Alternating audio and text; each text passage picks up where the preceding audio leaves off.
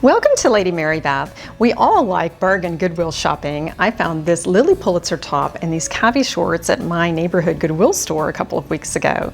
And even better than that is shopping online from home. In a previous segment, I shared with you the ins and outs of shopgoodwill.com and how to set up an account and navigate the website of this best kept secret. And now I will share with you tips and tricks to become an expert deal finder at shopgoodwill.com.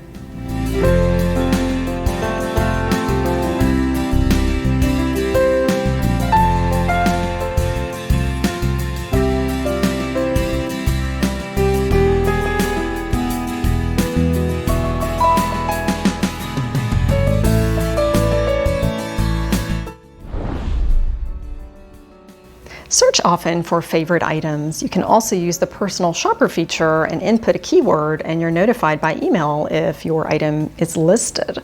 I like to pop in every few days and look for specific items, and it's always fun to see what they list next. Look for multiple listings of the same item. For example, I was recently looking at a sterling silver James Avery bracelet. It had lots of bids, the price was quite high, and I went over to the next page of James Avery items and found the identical bracelet from a different Goodwill region. And those high bidders didn't notice this, so they were all fighting over that, and I just waited until they bought their piece, and then I focused on the other and got a better deal. So make sure you look at all of the listings after you put in the keywords, and you might get the best bargain. Let's find an example of a multiple listing where you have the same item that is offered. Aviator sunglasses. And here we've got Ray-Ban aviators, 8 bids for $86. And here directly underneath, we have 6 bidders for $57. So that's a good idea to watch both, and you probably will get a better deal if you wait, and there might even be another listing. Bid at the last minute for the best deal. And to do this, I add to my watch list and also put it on my calendar on my phone. And that way I am notified that day that there's a Goodwill auction ending. I go to shopgoodwill.com and I take a look of how many hours left in the auction. I set a timer on my phone, and that way whatever I'm doing, I stop, and I usually give myself about 10 minutes built in so that I can pop over and then determine if I want to continue bidding, and I usually get some bargains by doing this. Great for gifting and flipping. You will even have the opportunity to put new with tag or new in a box in the search term. And I like to resell on eBay because it comes in the box, it's already packaged. I simply inspect it upon arrival, quickly repackage it, and wait for that shipping label when you know your buyer. And I sometimes will actually already set up my eBay sale with the pictures from shopgoodwill.com. And as soon as I know that it's arrived, then I just hit list. And that's a really easy way to resell items. Probably the most important aspect to remember as you're bidding on this site is the shipping. And you will often have the handling fee that's disclosed, but to find the shipping cost, you have to click on the button to estimate shipping. And when you already have your account set up, it knows your zip code, so it will give you that total. And sometimes it's a bit high, so that's something very important to look at, especially if you're reselling. You want to make sure that you're smart about how much you're spending on the item. Here's an example of an item that is actually a really good price, $1.99 for 2 Mikasa intaglio bowls. It ends shortly. Let's look at the shipping before we bid on it. It's got a handling fee of $3.50, and with the shipping, it's $17.10 total.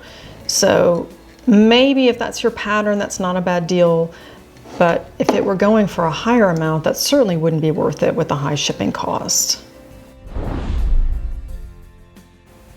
Remember that you can always contact the seller for item information, or if an item arrives and is damaged or is not as advertised. I recently found some Wedgwood china, and I could see the container that it was housed in, but I only could see 2 plates, and there was nothing in the item description.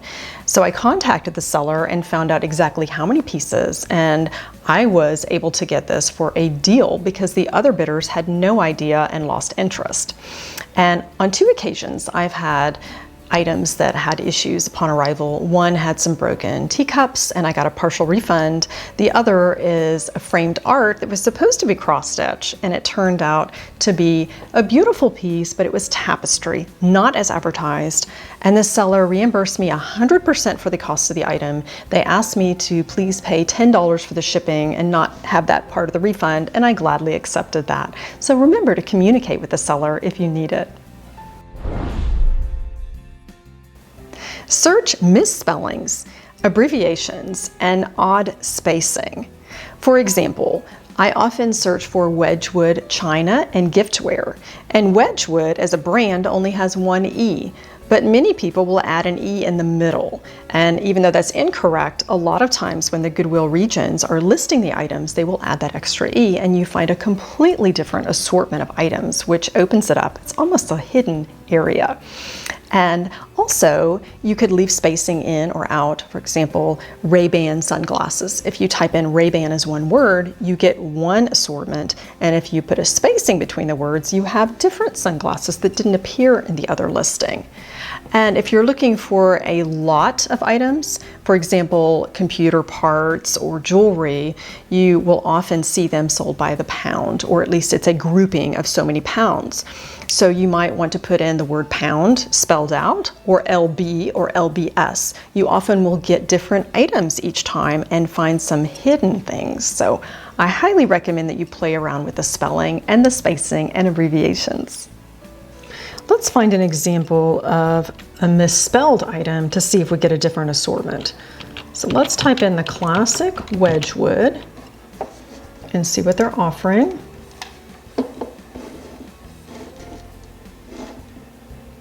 Ironstone plates, and there's some of their iconic Jasperware. Here we have some Christmas plates, current bid $9.99. Now let's misspell that, add an extra E, and see what that brings up.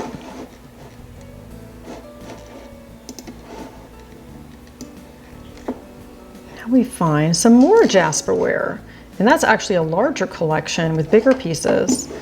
I find that the misspelled word, you actually find some hidden gems. So here we've got all these pieces, current price $17. That's really a deal. And it's only got a little under 2 days left in the bidding. It pays to look up a misspelled word, for sure. Simple and broad search terms will help you find hidden gems. For example, I recently typed in crystal vase, and I discovered this 8-inch Waterford crystal Rawson vase. It was $1.50, and shipping was kind of high, so I made sure I didn't bid too much on it. I was the only bidder because no one knew it was Waterford. So if you have the time, you can definitely put in something more vague and not brand specific, and you might find something exquisite. Let's look up more of a broad search term. Let's type in crystal glasses. Okay, here we've got some brands that pop up and some are more vague. This looks interesting. 4 stunning cut crystal glasses, Rogasa style. I believe they mean Rogaska, as in Miller Rogaska. I'm familiar with it because Mr. Miller used to be the sales rep for the United States for Waterford Crystal. And this definitely looks like Miller Rogaska, the craftsmanship. And look, here is the logo. It's got an R, Yugoslavia. That is definitely Miller Rogaska. Let's look up one of the logos to compare. And it is Miller Rogaska. So that would be a really good deal. Not only was there a misspelling, but it was also not exactly brand specific. And what a good price. Utilize the search bar on the website for categories such as last chance and 1-cent shipping. You may find items that just have a few minutes left in the auction, and sometimes there is something that's gone unnoticed and you can get a fashion or artwork for a steal. And the 1-cent shipping is a great tool. You can even choose a category so that you can focus on, for example, dinnerware or maybe computer parts that just have the 1-cent shipping, and you can focus more on the item and less on the shipping cost. The toolbar is a great feature. Let's focus on last chance and 1-cent shipping. For last chance, we can actually filter by category or search term.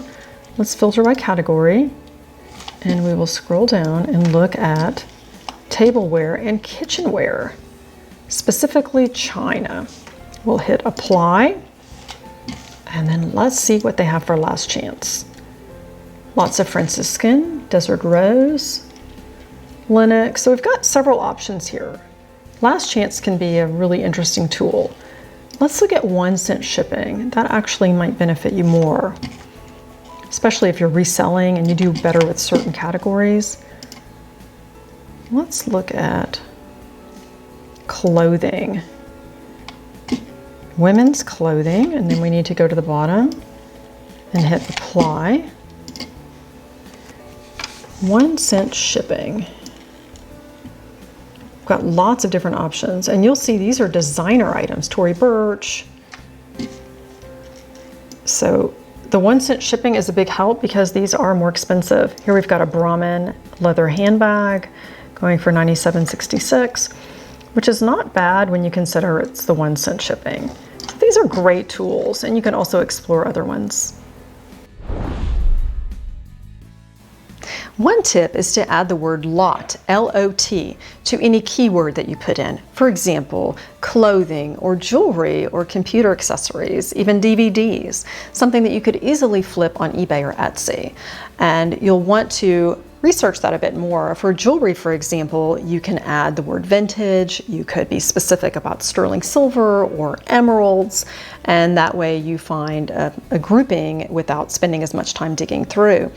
And speaking of jewelry, the word grandma attached to it guarantees you will find some vintage items that are highly sought after on eBay and Etsy. Adding the word lot to a search term opens up a whole new possibility. And remember what I said about the jewelry. Let's type in grandma lot, and that is code for vintage jewelry. Let's see what they've got. This is great for reselling too. So many options. This looks interesting. Gorgeous lot of grandma's vintage costume jewelry. That's very interesting with the antique brooches. Neat.